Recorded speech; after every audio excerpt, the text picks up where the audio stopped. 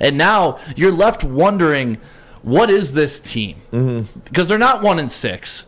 They're not 6-1.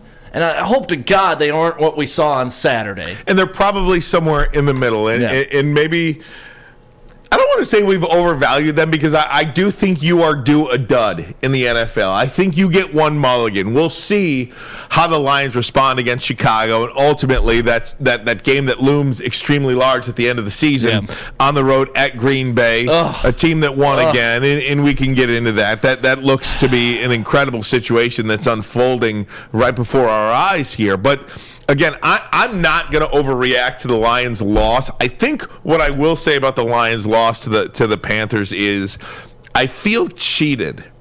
And what I mean by that is I feel cheated in the two biggest games, essentially, that the Lions have played this season in terms of hype and excitement. Thanksgiving Day against the Buffalo Bills.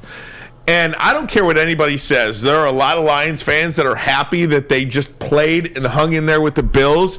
I am not. I think there were 7 or 8 things that went wrong in that game that the Lions did to themselves. And if they changed or fixed or cleaned up one of those things, they would have won that game. And then, of course, against Carolina this week, I almost feel cheated as a Lions fan that they didn't win one of those games, because can you imagine the excitement?